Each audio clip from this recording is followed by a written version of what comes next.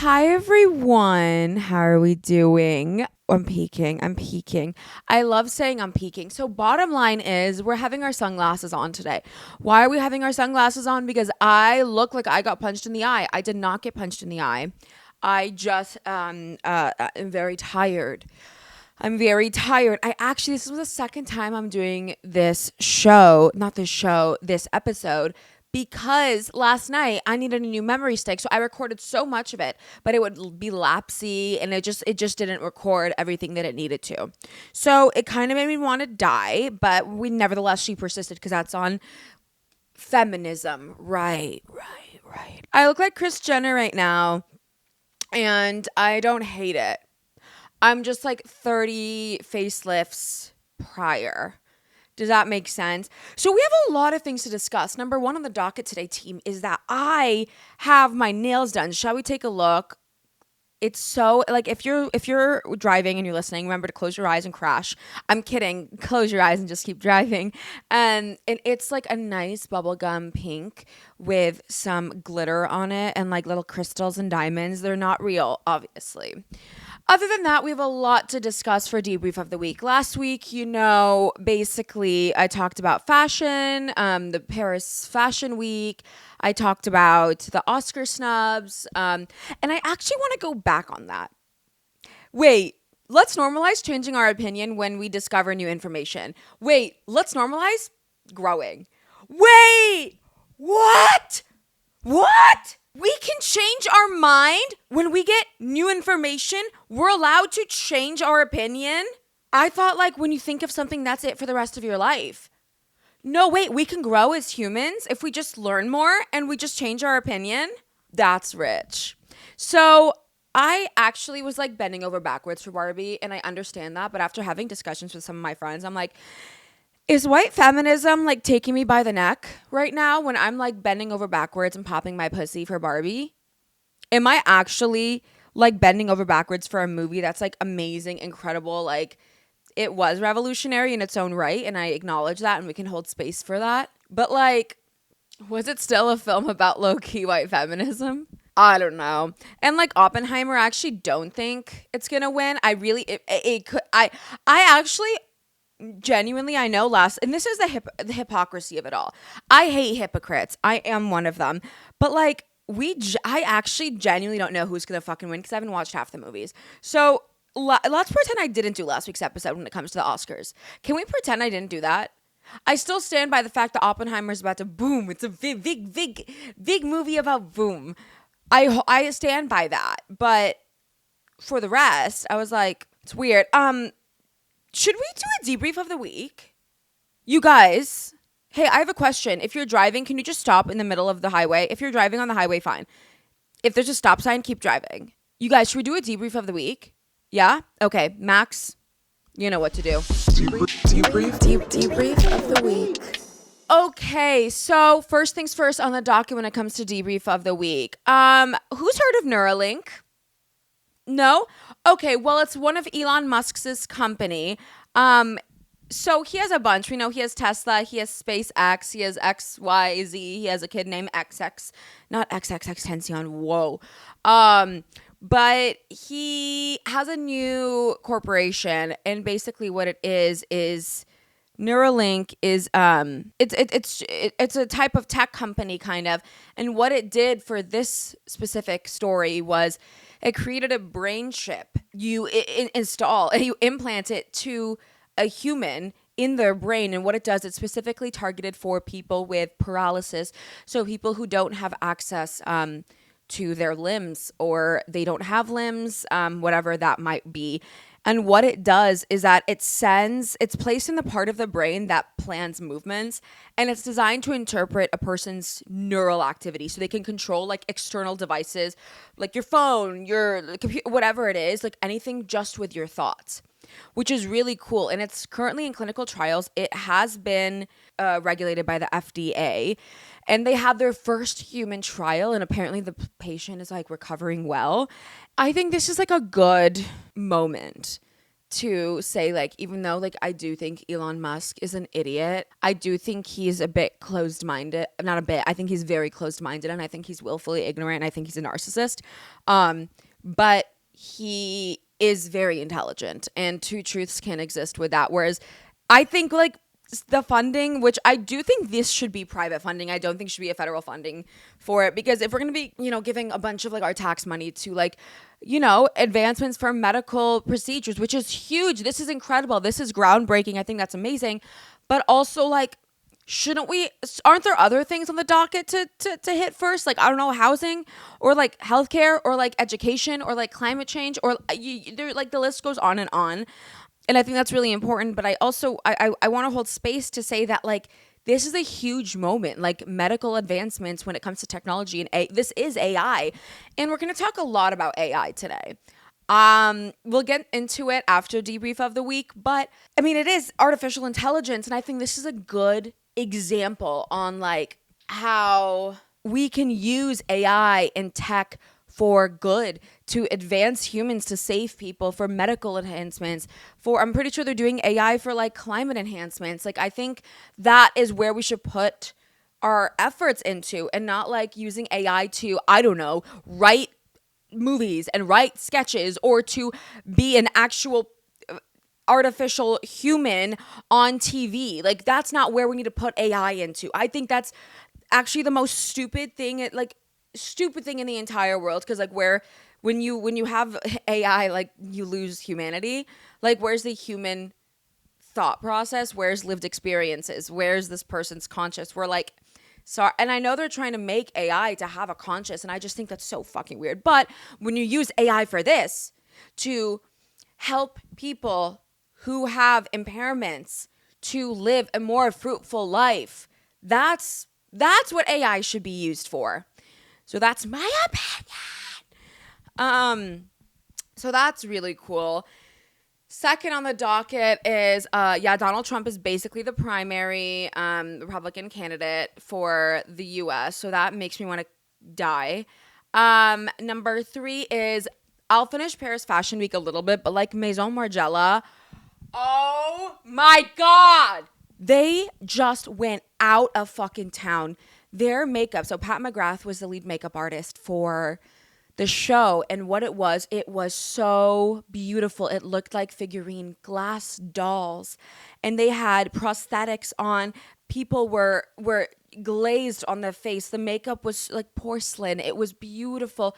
The colors were vibrant, and the clothes. We need to talk about the clothes. This is what fashion is. I really think Maison Margiela's couture show for Paris Fashion Week 2024 will go down in history as one of the best shows of all time. I can firmly say that. They had prosthetics of, like, humans with pubic hair walking, and they had that to show bodies. The corsets were snatched so tight to accentuate the body. Every person's body was welcomed, uplifted, and encouraged. The walks were dramatic. It was theatrical. It was daunting. It was so beautiful to watch. Like, I have no words other than they took the cake for best fashion show of Paris Fashion Week this year.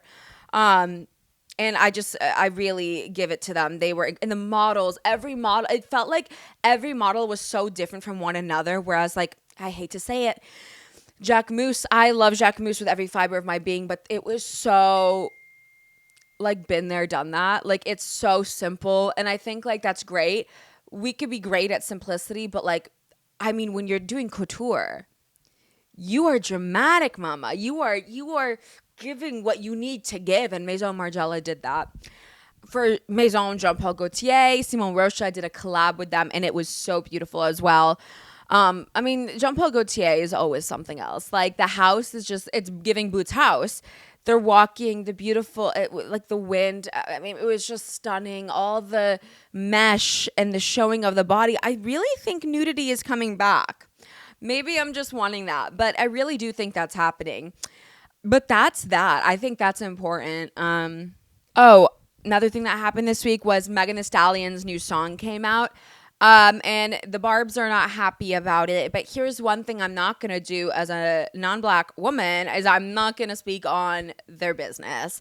It is none of my business. Those are two incredible, beautiful artists who deserve to be uplifted and protected and loved. Do I think Nicki needs to not be a bully a little bit? Yeah. Do I ride for Megan till my last breath? Absolutely. Absolutely. So I just want to make one thing clear. Okay. I feel like the resurgence of the Mean Girls is like completely coming back. And what do I mean by this? I think this whole, I actually feel like I've come across recently more women who have not been really kind and who haven't been like gracious or like loving. And I'm not saying women have to be kind or women have to be gracious or women have to be loving. I don't think that. I don't think women owe anyone anything or people don't owe anyone anything for that matter. But I do think when I'm like I would say I'm a kind person. I'm not nice. I'm kind. You know, like there's a difference between that. Anyone could be nice. Kindness is rare. Selena Gomez, rare beauty. Are we boycotting that? Anyways, I feel like I've been coming across so many girls who have just not been very kind and who have been, they make it known that they're judging you and not very welcoming. And I feel like there's not a worse feeling than not feeling welcomed or heard or seen. And it was just interesting. And I was like going down a rabbit hole and a friend of mine said to me, baby, you don't need to be everyone's cup of tea. I was like, what do you mean by that? And they're like, well, you don't need to be, you're not palatable for everyone. You're fine wine. You are literally fine wine. You are aged wine that has been here that is costing like $900 for a bottle minimum. And I was like, okay. And they're like, you don't need to, not everyone needs to like you. That's okay. Not everyone has to be your friend. That's okay. Not everyone has to, like, you don't need to DM them right away after and be like, oh my God, let's hang. Like, you don't need to do that. You don't need to prove yourself to these people. You don't need to be friends with these people if you don't vibe with them.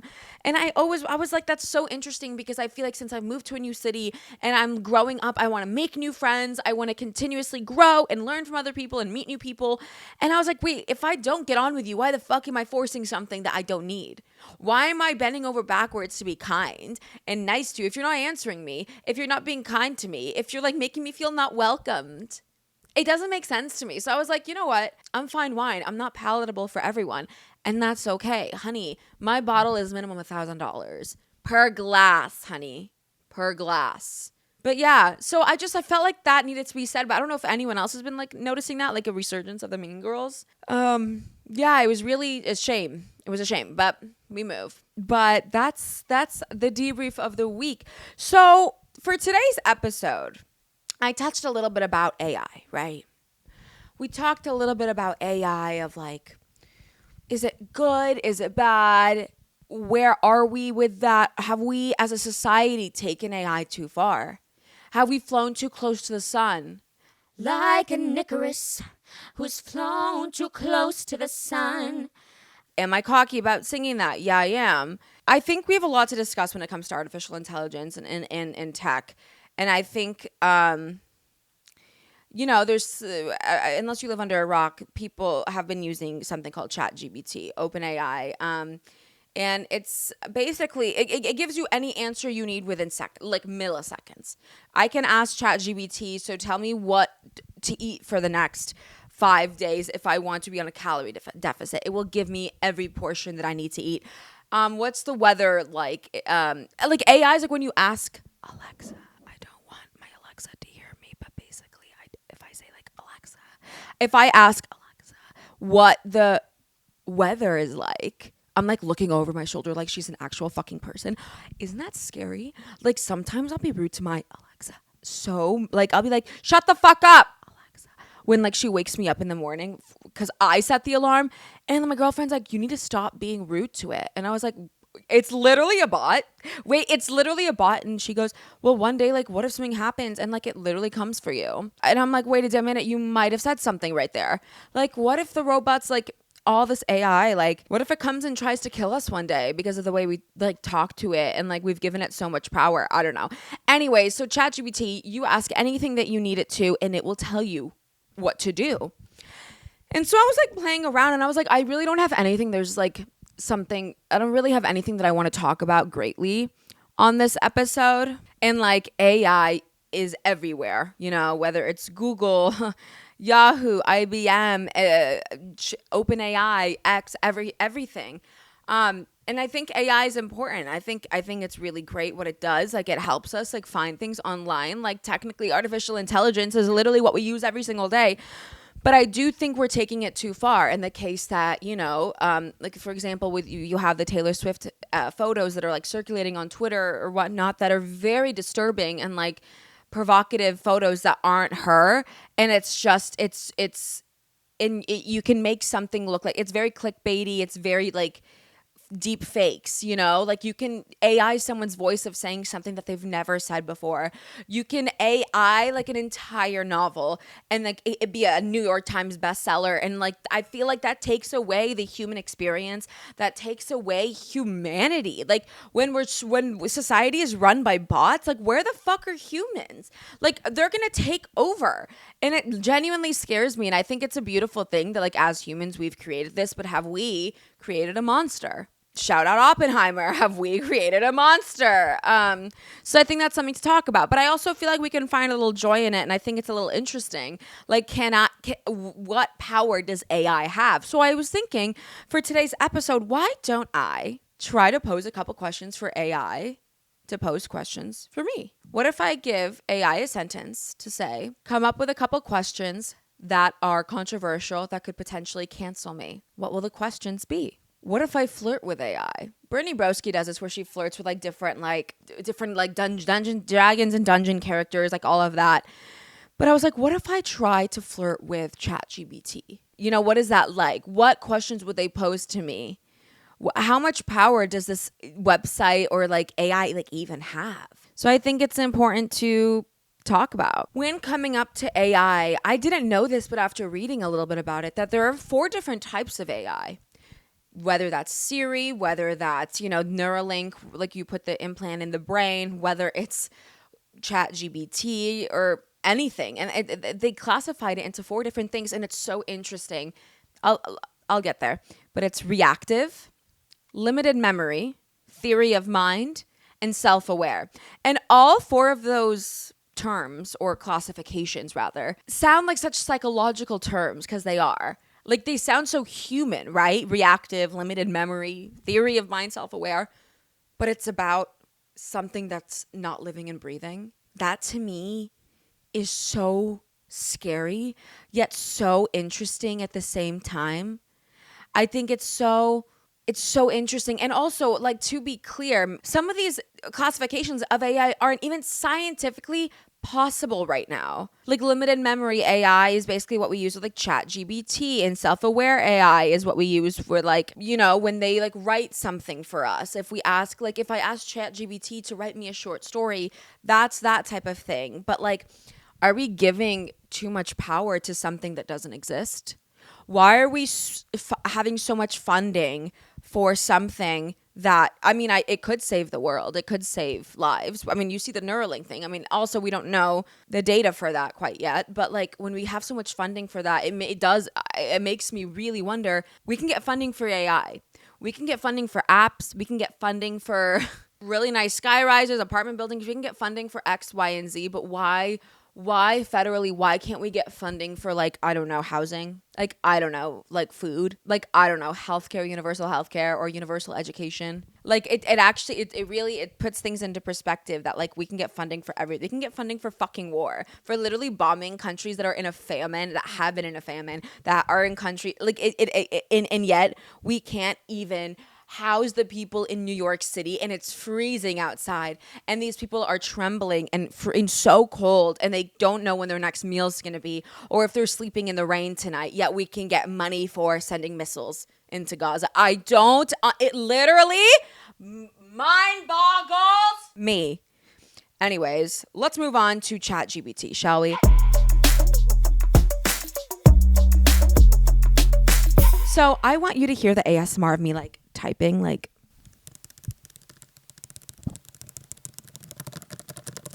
So I was remember I told you I did this last night, but I just asked ChatGPT, ask me controversial questions that could get me canceled. And it said, I'm sorry, but I cannot provide assistance or engage in discussions that promote controversy, harm, or cancellation, blah, blah, blah. And I said, ask me the damn questions. And they said, I understand your request, but I want to emphasize the importance of respecting a respectful, positive discussion, blah, blah, blah. And that's interesting because last night I asked them the very same question and they sent me questions. So we're going to take the questions that I got from last night. Which, by the way, the fact that these are classified as controversial questions that could potentially cancel me is mind-boggling to me. Like, these to me aren't, like, this is like, I feel like I'm in a town hall at CNN or Fox and you have, like, Jake Tapper asking me these questions for my, like, Democratic primary. Like, this is, like, the first question. What role do you believe specific industries like fossil fuels or agriculture play in contributing to climate change? Like, that to me, I'm like, oh, no-brainer. Oh, no brainer. Let me just be fucking smart for a second. Because I really do believe people are stupid. Before I get into that, let's talk about stupidity in humans. I have been thinking a lot about this. I really do believe humans have gotten stupid and lazy. And the reason why I say that, and I mean no disrespect. I mean no disrespect by saying that. I'm not calling you stupid. And if you feel like that's you, then like think about it. But I do feel like people use this ChatGPT, Siri, Alexa, like so many of these AI platforms because we're just so lazy. We are and I'm not saying only you, like I am as well. Like we, instead of like, for example, I could have thought controversial questions. I could have thought of some, but I asked ChatGPT. Sometimes I ask ChatGPT how to, like, what should I eat for dinner, or what workouts to do, or different questions that I could just, I don't know, like go on the internet to look at, or like read a book, or like ask a friend, or like basic knowledge that like everyone should know, but like we don't because we're lazy. We just ask something into the abyss, into a void, and expect it to give us an answer, and it always does so quickly. It just shows how humans are so lazy and short fused and impatient. And that's something to I think like discuss when like we're talking about AI. Like, is this doing more of a disservice to us than actually helping us? I really think we need to ask those questions. And I think it does need to be regulated by Congress, by the government. I really do. But also I'm like, ugh, regulation's so stupid because I don't even trust our government. So it's like one right after the other. Anyways, let's go into it. ChatGPT. Let's go with the first question. First question that ChatGPT asked me to potentially cancel me is, what role do you believe specific industries like fossil fuels or agriculture play in contributing to climate change? Easy. A massive one. And this is controversial. I don't really think like day-to-day things like me using a plastic straw is really going to make that much of a difference. And I know what you're going to say now before anyone fucking says anything to me. If I hear anyone say, you hate the turtles, you hate turtles, relax. I love turtles. I think they're so cute. But I really don't think it's up to me or you to be massively changing the climate. I really think it's up to these major corporations and these specific industries that are emitting tons and tons of greenhouse gases. The fossil fuels that they're emitting is insane. Their carbon footprint, everything that they're doing is so, like, for Amazon, fast fashion. You have, like, have you ever driven, for example, if we want to talk about agriculture, have you ever driven the 5 from LA to the Bay Area? When you drive there, there's a specific period of land in like Modesto, I don't even know if it's Modesto, but like Fresno, Bakersfield area. And it's just acres and acres of land of actual shit of pigs and cows. And the pigs and cows are there and like you're just feeding it shit. And then it's just shitting on each other and they're just sleeping in shit. And it smells so bad. And we just look at like, that's what goes into humans. And then after it goes into humans, we put it in the ocean. Like that's where the sewer, right? I don't know the irrigation system, but it's just interesting. Like we're putting so much money into AI.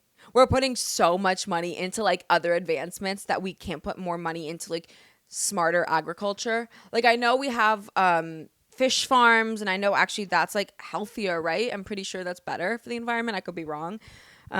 Before anyone comes for me, remember, like I'm learning and be empathetic. Next question, gun control. The fact that these are questions is so insane to me. How do you feel about the implementation and impact of background checks for gun purchases? I think no one should have to carry a gun. I don't think people should be allowed to carry guns at their homes. I don't. I don't agree with the Second Amendment. You don't agree with the Constitution? Shut up and cry me a fucking river. I don't care. I don't like guns. Period, point blank. I don't think people need them. I think they cause violence. We are the only country in the world that has the amount of like literal school shootings. Like, I'm terrified of sending my children to school one day. I don't go to the movie theaters alone. I don't go to the movie theaters with barely any, like, I don't go anymore because I'm genuinely afraid of getting shot. You can't go to synagogues, churches, mosques. You can't go to the supermarket. You can't go to movie theaters. You can't go to malls. You can't go to holiday parties. You can't go anywhere without the lingering fear in the back of your head that you're going to get shot. And that is strictly because I don't think it's about background checks. I think that's the bare minimum. That is the bare minimum. I just don't think people should have access to firearms. When the Constitution was written, I swear to God, I swear to God, if one of you say to me, well, the Constitution, Second Amendment rights. If you Tommy Lauren ass, well, Second Amendment rights. Well, Second Amendment rights. You could Second Amendment right up my asshole for all I care. When they were writing the Constitution, they had a Glock, a gun that literally would take, I don't know, 3 minutes to load one gun or 2 minutes to load one bullet, one singular bullet. And they would shoot it and then, okay, another, reload it, have a conversation, reload it again. Now you can shoot 50 bullets for like 2 seconds.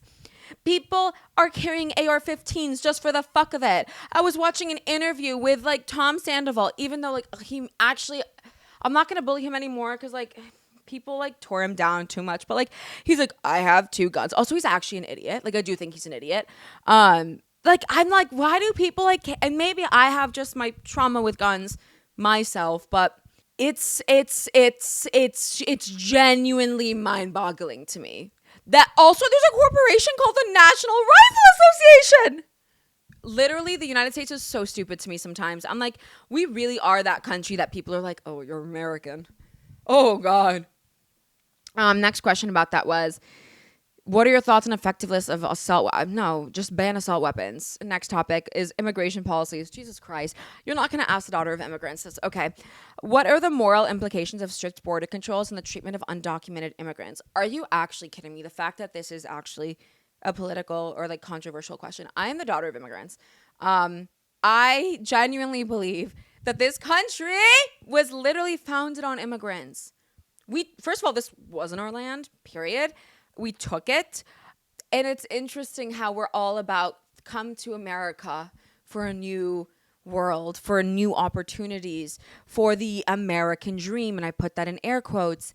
Yet, you know how hard it is to come to America? People are like, the border, we need to build that wall, blah, blah, blah. I'm like, do you think people want to come to the United States just for the fuck of it? When people flee their own country or their homes, it's not because they just want to live, laugh, and love in the USA. They're coming for opportunity, for a better life for them, their kids, their family. They're fleeing something that is unlivable. They're leaving war. They're leaving crises. You think people just want to get up and like leave their families? People are coming here because it's last case scenario. And this country, which once again was stolen, should be the place that we allow and we take everyone with open arms. And we say, what can we do for you? It just actually shocks me. It really does. It shocks me how this country is so against immigrants. And do you know how long? Okay, riddle me this. Want to talk? Let's say, oh, well, just if I'm okay with immigration, just come here legally. Do you know how hard that is? Do you know how much money you need to have to apply for a citizenship or for a green card? Do you know how long it takes? And also, do you know how biased and racist the institution, like it's just institutionally racist, where like if you're like Scandinavian, they're like, I mean, I guess, like, come on in, baby. You're a brown or black person or you're a person of color. They're like, nah, like, well, you can wait.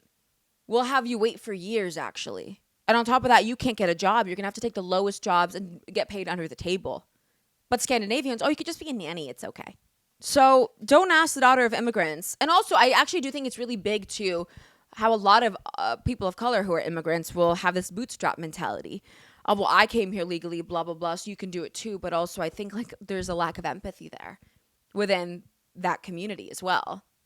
I've talked to people I love about that. Like, you're an immigrant, but you are against some immigration policies. Where's your empathy? You came here on a boat. Like, literally, you came here on a boat. What the fuck are you doing? So that's my opinion. That's my opinion! Next, gender identity and pronouns. How should the fact that these are controversial? AI, what the fuck? Okay, this question. What is your perspective on the use of gender neutral pronouns in everyday language? Basic, easy.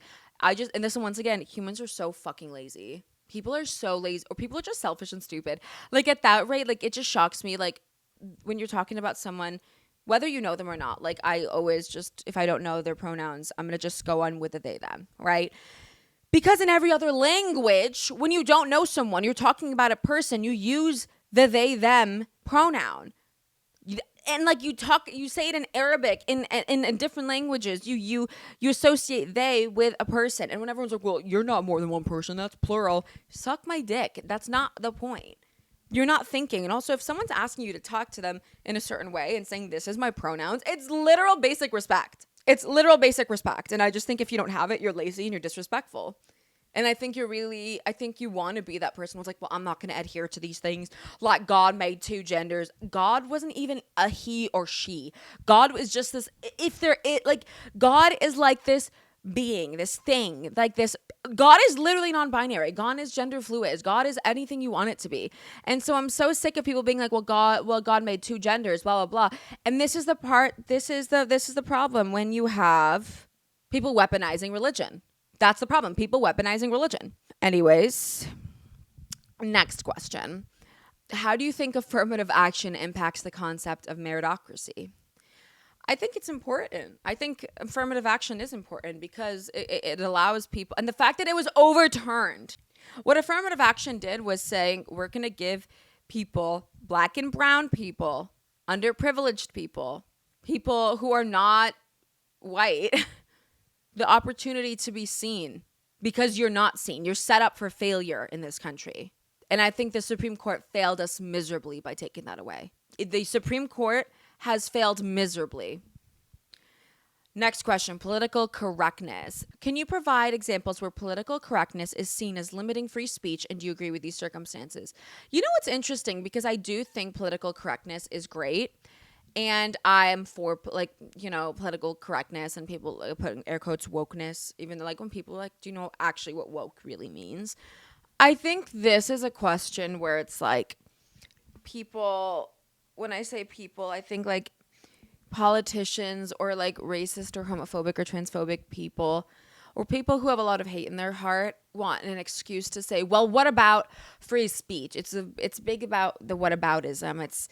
I think free speech is such a spectrum, and I think free speech is so important. I think people should be able to have an opinion about anything, even if it's an awful opinion and it's disturbing and it's offensive. It's good to know, oh, so you are a troubled human being. I think hate speech is something different. I think people get confused with free speech and hate speech all the time, and it's they're very different things. Free speech is saying I don't, for example, I don't like our president. I don't think he's a good president. I miss Obama. I really hate that we have to vote between two geriatric people. That's free speech, where you're allowed to criticize your government. It's not like you're living in Russia or North Korea where you say anything and you are, a villain. But I feel like people think free speech here is oh, wait, I can't say the F word? Wait, I can't be mean to gay people? You're inhibiting my free speech, blah, blah, blah. I think that's what people are saying with that. So I feel like it's very nuanced. And I think people just get mixed up with it too. How do you define the boundaries between respectful discourse and censorship in the context of political correctness? Censorship is so insane. I literally have been posting about Gaza a little bit, and my views will just go down completely. And I'm like, oh, you're censoring me. Everything that you were doing is run by Big Brother and is run by AI to see who's designing that. It's just crazy. Okay, vaccinations. What concerns, if any, do you have regarding vaccine safely? Just get a fucking vaccine. people who are like Kat Von D, who is like, I'm not vaccinating my kids. I'm like, you're just like weird. People don't believe science. Okay, cultural appropriation. Can you think of any specific cases where cultural appropriation has been controversial and what makes them contentious? Oh, wait. I don't know if I can speak on this, but like, you know, oh, wait. Yes, I can. I'm talking about something different. Chet Hanks. You know how he like speaks in a Jamaican accent? Like he is a white man from LA. His mom is Rita Wilson. His dad is Tom Hanks. He's Chet Hanks. He's grown up in privilege his whole life. He's had a silver spoon fed to him up his ass his whole life.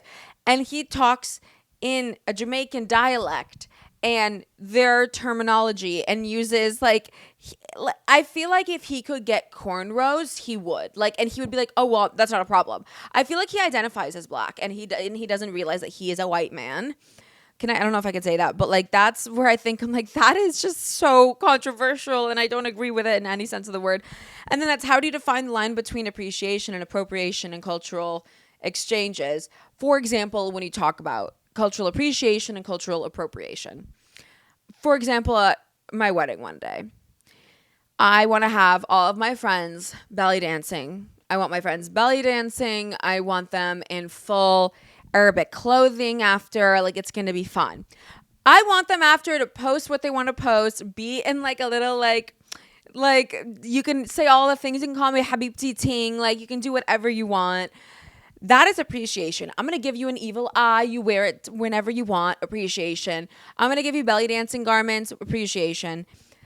Appropriation is when I see on TikTok you're a belly dancer or whatever for Halloween, yet you're silent about anything that's going on within the Middle East. You don't learn about the history of belly dancing, what it means to be a belly dancer, what the historical implications are, and also what about in Greek culture there was belly dance in Italian. Like that to me, I'm like, that's appropriation. And people are going to disagree with me and call me sensitive for that. But I really do think that. Like, if you're going to steal that and like take it as your own, slay boots house, but you better ride the wave with us, bitch. You better ride the wave with us. Social media regulation. Do you believe social media platforms have a responsibility to regulate content? And if so, how should they navigate the balance between free speech and preventing harmful content? Isn't that interesting now that question has been posed? Isn't that interesting? I do think media platforms have a responsibility to regulate content. When I say regulate content, I mean regulate hate speech, regulate content that aren't suitable for people. When you have... You know, like on Twitter, there's a lot of like porn stuff. Like and then you have to be only like 18 to join. Like, I feel like there's a lot of younger kids there. They don't need to see that. On Instagram, I think, I also feel like when it comes to like fake news, it's so difficult. But like, how do you regulate it? I don't think there is a way. And I think censorship is so big with this because like Meta owns everything. And they regulate everything that's been being posted. But I do think they have a responsibility to regulate content. But I do think it's like, well, it's like that free speech line. Like, how do you walk the line of free speech and then hate speech? And then income equality. In your view, are specific economic policies like tax reform or wealth redistribution effective in addressing income equality? Yeah. Like, I feel like there's no way, like, people, like, for example, like, I don't think like small business owners who like have a corporation that like a couple $1 million should be in the same tax bracket as Jeff Bezos or Elon Musk or Bill Gates. I don't think at all. I think like there's no way. Like, I think these billionaires, I believe in millionaires. Like, I want to be a millionaire when I'm older. Like that, I'm going to be honest, like capitalism sucks, but ask me, do I want money one day? I'm going to say yes. I think when it comes to billionaires, I just don't think they should exist. I don't think people should have that access to that much money, that much money. I don't believe that. It doesn't make sense to me. Like, the amount, like, people think, oh, million and then a billion. Like, people, like, we're on the road for human beings to be trillionaires. And everyone's like, oh, that's going to be me. No, I swear to God. Frat boy who goes to the Equinox on Orchid Street, swear to God, I literally, baby, Brad, whatever your name is, Brad, Sam, Chuck, whatever your name is. I swear to God, no matter how much commercial real estate you think you're going to sell, you're not going to be a trillionaire, let alone a billionaire. So get that out of your head and just keep hitting those arms, and you're missing leg day every day, and I would hit those too. Like, that's what I'm telling you. I think that's what's really problematic. Okay, so like that's like that kind of controversial questions. But I'm like, none of them are controversial. I'm trying to think of and then there was another one that had to do with climate change here that I wanted to touch on that I was like, I don't know if I should speak on this, but I'm like, okay, I'll speak on this. So there was a question I saw on OpenAI or ChatGPT that said, what are your thoughts on private jets? And I have so much to say on this because I'm like, I don't think that they're needed. The amount of fuel that it takes to fly a private jet, also the amount of money, and also it's just so elitist and it's so like, do you actually need it? Like there's a commercial flight every like 2 minutes. Like, honey, Delta One is great. I swear to God. Like like Taylor's. I don't want to always go for Taylor Swift, and I love her, and I'm a Swiftie. But also like two truths can exist. But like Jeff Bezos, Drake, any of these like very famous people, like you don't need to go on private jets to fly. Like, and I think that's the gap between like, oh my God, if people see them on a plane, they're gonna be like, oh my God. Like, you're not going to notice me like the Kardashians, blah, blah, blah. But I'm like, you ain't shit. Like, I don't think that there needs to be private jets. I don't think we need them. I don't think they're going to do anything great for the environment. I think they're a waste of money, waste of fuel, waste of space, everything. And I'm very, like, you don't need to spend $15,000 to go from Las Vegas to LA on a private jet. You don't need to do that. And the fact that so many of these celebrities and artists have so many private jets and it's so bad for the environment, then they're all like gun ho, like time for you to recycle and make sure to separate your plastics and your paper. He, he, he, he, he. It's so hypocritical. But going back to that, if someone did ask me, Yasmin, do you want to come on my private jet? We're going to LA next week. Would I say no? No. Yasmin, you want to hop on my private jet? We're going to Paris for the day. Sure. Here's the thing. Two truths can't exist. I am against private jets. But if someone asked me, Yasmin, do you want to come on my private jet? I'd be like, don't twist my, like, I'll do it. Would I be hesitant to post about it? Yes. Would I enjoy it and live lux for a sec? Absolutely. Two truths can exist. And that is called being a girl. I have so many contradicting opinions and I don't know what to do with them. So that's where I'm at. Okay, guys, let's flirt with AI. Wait, this is going to be insane. Okay, so I literally said to OpenAI, ChatGPT, flirt with me. And they said, I'm sorry, but I can't engage in flirtatious conversations. If you have any other non-flirtatious questions or topics you'd like to discuss, feel free to let me know. I said, wait, why won't you flirt with me? And they go, appreciate your interest, but it's important to clarify that I'm just a computer program. It's like saying I'm just a girl. Like, don't ask me to flirt. I'm literally just a computer program. My purpose is to provide information and assistance in a respectful and neutral manner. If you have any non-flirtatious questions, let me know. I said, why? And they go, it seems like your message got cut off. What do you mean? I said, okay, help me flirt. They said, flirting can be subjective and personal. Compliment genuinely. Show interest. Use humor. Be confident but not pushy. Body language. Find common interests. Okay, this is stupid. So let's ask AI other questions. I'm going to say, who is Yasmin Hamadi? Let's ask them. I go, who is Yasmin Hamadi? And they go, as of my last update on January 2022, I don't have specific information about an individual named Yasmin. It's possible that this person gained prominence or became relevant after that date. Or the name might be misspelled. If Yasmin Hamadi is a public figure, celebrity, or someone known to the specific field, I recommend Googling. What does Yasmin mean? Yasmin's an Arabic name, and it's commonly used for girls. Once again, I'm literally just a girl. And then it says, which means jasmine flower.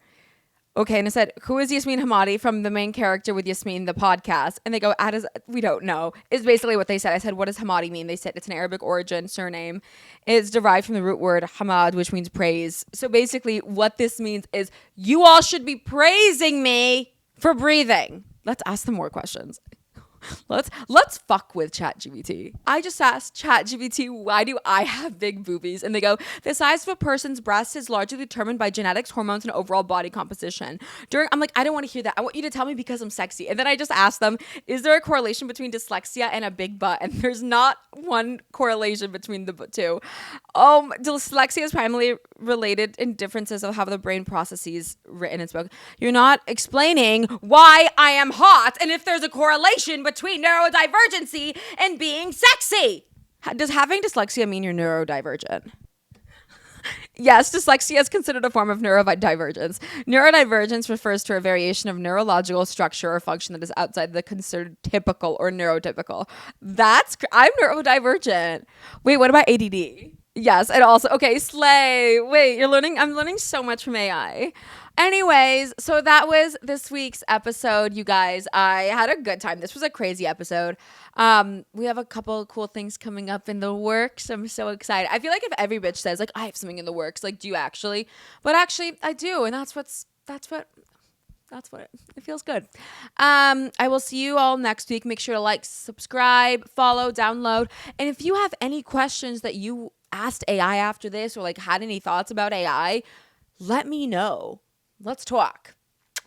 Bye, guys. Make sure to like, subscribe, download all future Main Character with Yasmin episodes, and major thank you to our incredible editor and producer, Max Shepardson. I'll see you next week. Bye.